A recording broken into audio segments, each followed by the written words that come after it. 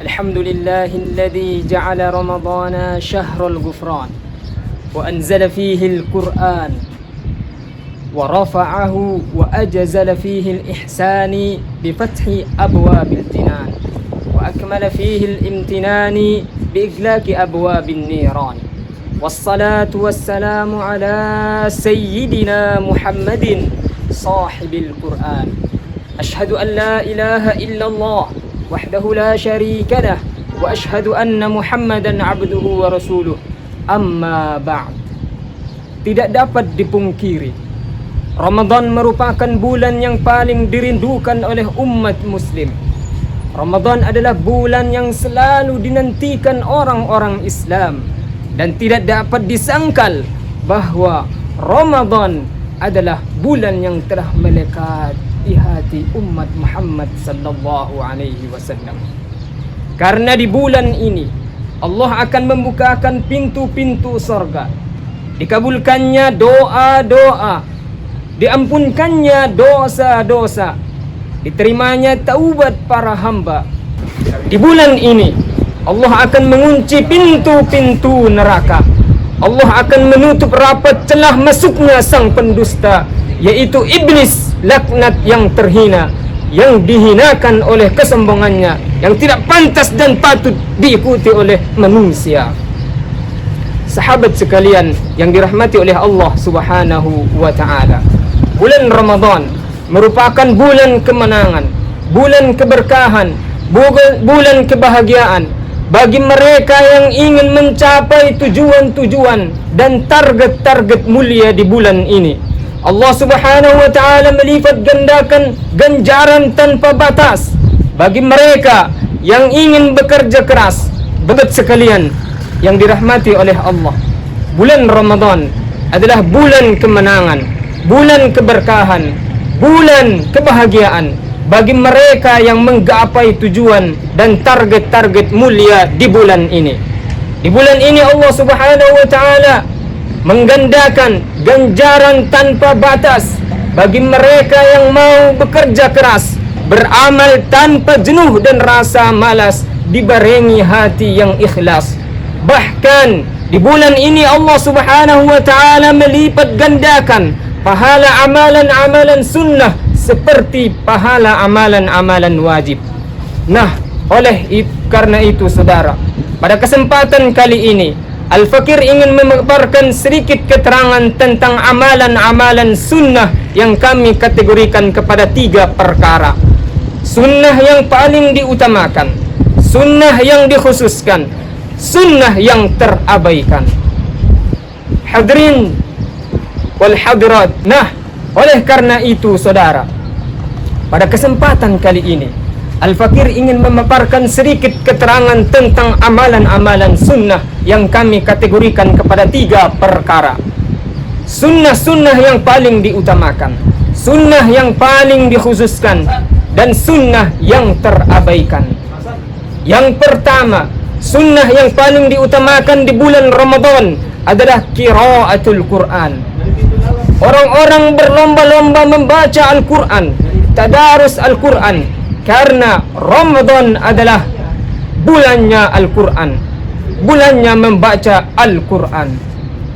Rasulullah sallallahu alaihi wasallam dalam riwayat Ibnu Abbas, beliau berkata, "Kana Rasulullah sallallahu alaihi wasallam ajwadun nas wa ajwadu ma yakunu fi Ramadan hina yalqahu Jibril wa kana yalqahu fi lailatin min Ramadan fayudarisuhul Quran." Bahwasanya Rasulullah sallallahu alaihi wasallam setiap datangnya bulan Ramadan selalu bertadarus Al-Quran, membaca Al-Quran, mengulang-ulang kembali Al-Quran bersama malaikat Jibril. Imam Syafi'i dalam riwayat Ar-Rabi' mengatakan, setiap datangnya bulan Ramadan beliau menghatamkan Al-Quran sebanyak 60 kali. Dalam riwayat Ibnu Abdul Hakam, Imam Malik, sang pencetus mazhab Maliki, setiap datangnya bulan Ramadan beliau rela meninggalkan majlis ilmunya demi membaca Al-Quran. Sufyan Ats-Tsauri ketika datang bulan Ramadan hanya berfokus pada bacaan Al-Quran. Sahabat sekalian, dimanapun anda berada, yang insya Allah dirahmati oleh Allah,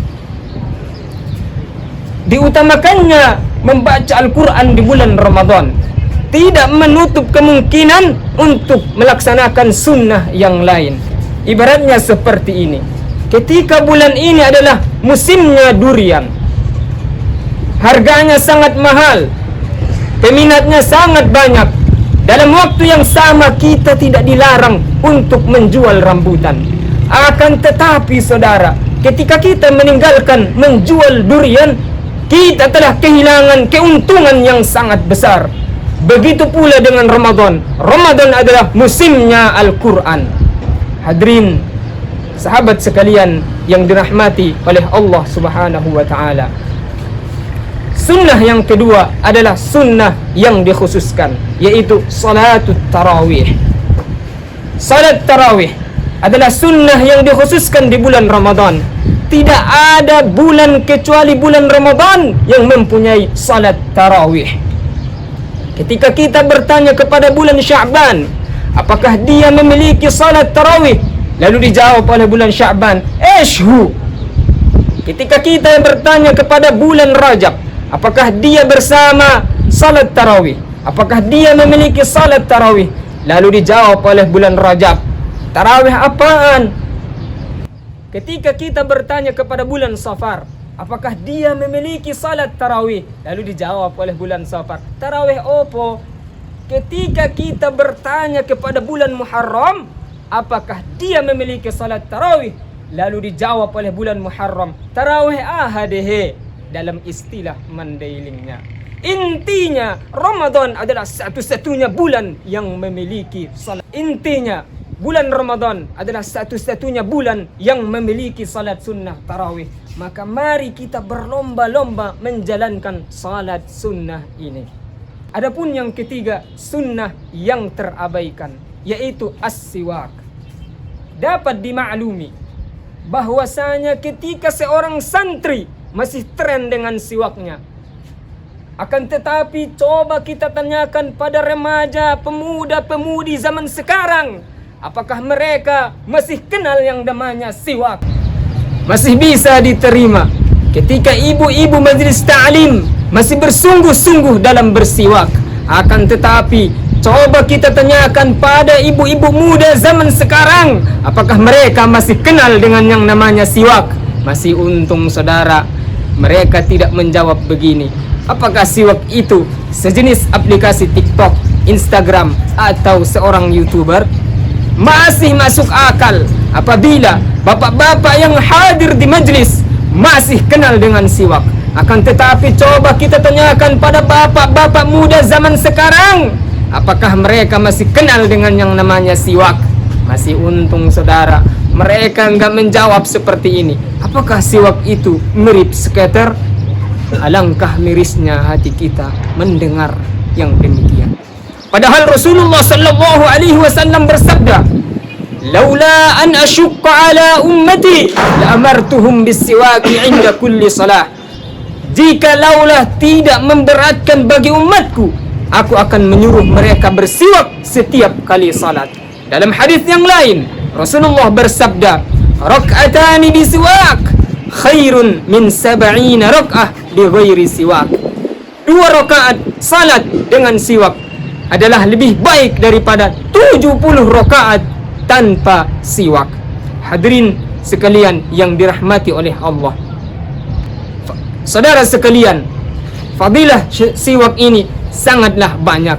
Bisa kita temukan di dalam kitab Mughnil Muhtaj karangan Imam Khatib Asy-Syirbini, di dalam kitab I'anatut Talibin karangan Syekh Abu Bakar Utsman bin Muhammad Asy-Syata, di dalam kitab Nihayatuz Zain karangan Imam Syekh Nawawi Al-Bantani, bahkan disebutkan di dalam kitab Takriratus Sadidah karangan Sayyid Hasan bin Ahmad bin Muhammad Al-Kaf menyebutkan ada ulama yang menyebutkan fadilah siwak ini sampai 70 fadilah.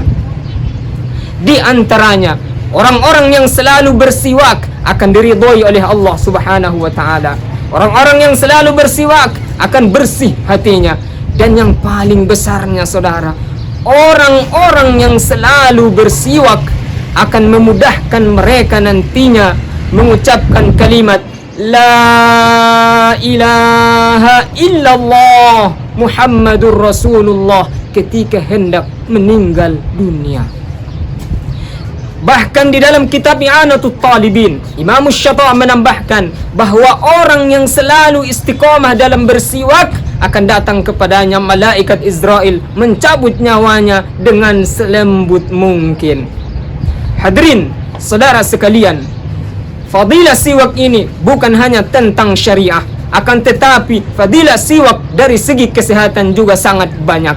Di dalam kitab Nihayatuz Zain, Syekh Nawawi Al-Bantani mengatakan, "Inna dzalika amanun minal judhami wal barasi wa min kulli da." Bahwasanya siwak dapat mencegah penyakit kusta dan siwak adalah obat daripada segala penyakit. Mudah-mudahan hadirin di bulan Ramadan ini, di bulan ampunan ini, di bulan yang penuh kebahagiaan ini, kita mampu meningkatkan kualitas ibadah, istiqamah menjalankan sunnah, menjemput kebahagiaan ridha Allah Sang Maha Rahmah. Demikian yang dapat Al-Fakir sampaikan. Mudah-mudahan kita bisa mengamalkan sunnah-sunnah yang ada di bulan Ramadan. Amin amin ya rabbal alamin.